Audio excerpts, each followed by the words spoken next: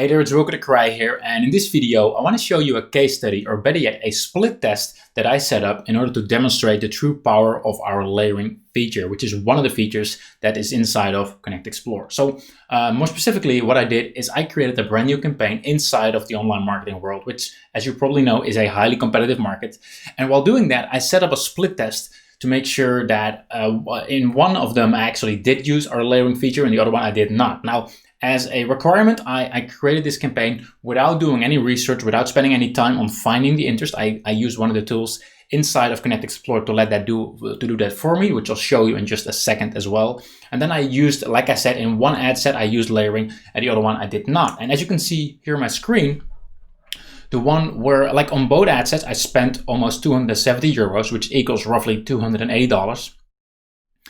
And the one where I did not use layering resulted in 0 sales, no revenue at all. While the other one, the mixed interest with layering, where I have all the interest and I use the layering feature, which I'm going to show you in just a second, it resulted actually in 848 euros, which is roughly $885 US.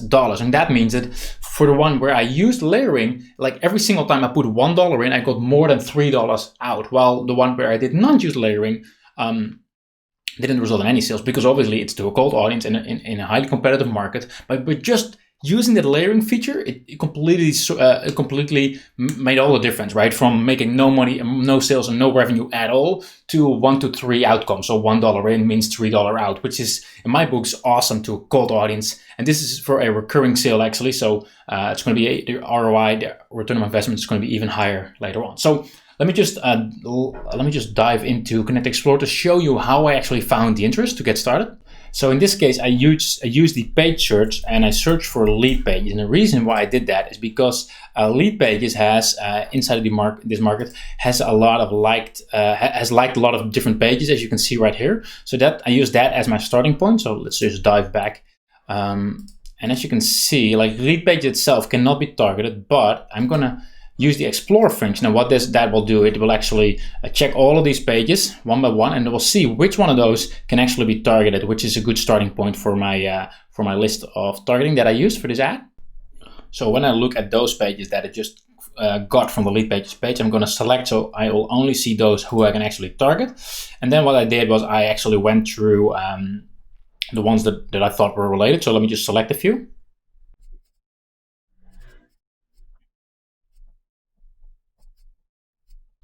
And what I did next is I went to my selected list and I hit up the suggestions button.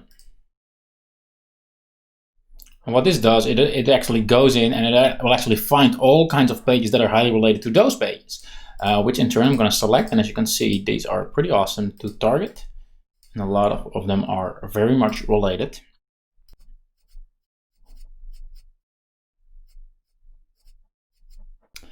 And right after, what I actually did is I actually did this actually twice. So I actually hit up suggestions once again. And as you can see, it finds way more audiences that I can actually target. So once I actually did that, what I did is this, and that's the interesting part, which I want to show you in this case study. So I went to the apply to ad set. So I'm going to add them all to my ad set. And on this page, the first thing I did is I added all of these interests to this ad set right here, the mixed interest without layering. So what that means is that that specific ad set, it's actually targeting everyone who's inside any one of those interests, right? So I just selected my campaign and my ad set here, and I added it. I clicked apply to ad set, and it was added to my Facebook ads account. And then what I did after is I used the layering feature. So let me just show you. So I clicked on this button right here, add layer, twice, and that means I have now got 2 layers, and I could just drag things in, but instead I just divided them randomly. And what this will do is, you can see, now I got 3 groups, 3 layers of interest.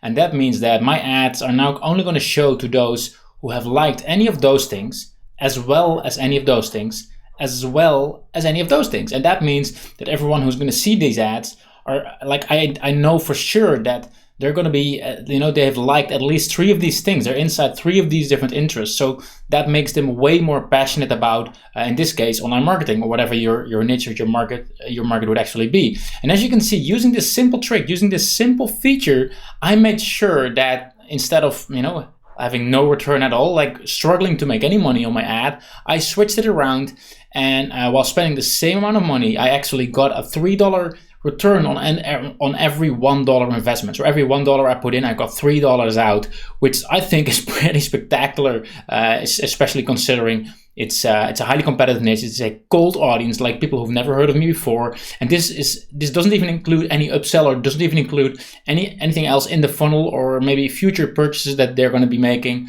This is just the first purchase they're going to make, and it's actually even a recurring purchase as well, which I think is pretty awesome. So that's what the layering feature does, and I wanted to run a split test, because I didn't just want to say like, yeah, it's awesome, it's cool, but I wanted to show you the actual proof of how powerful this simple, seemingly simple feature is. But as you can see, it's super effective. So hope that helps, and I will talk to y'all soon.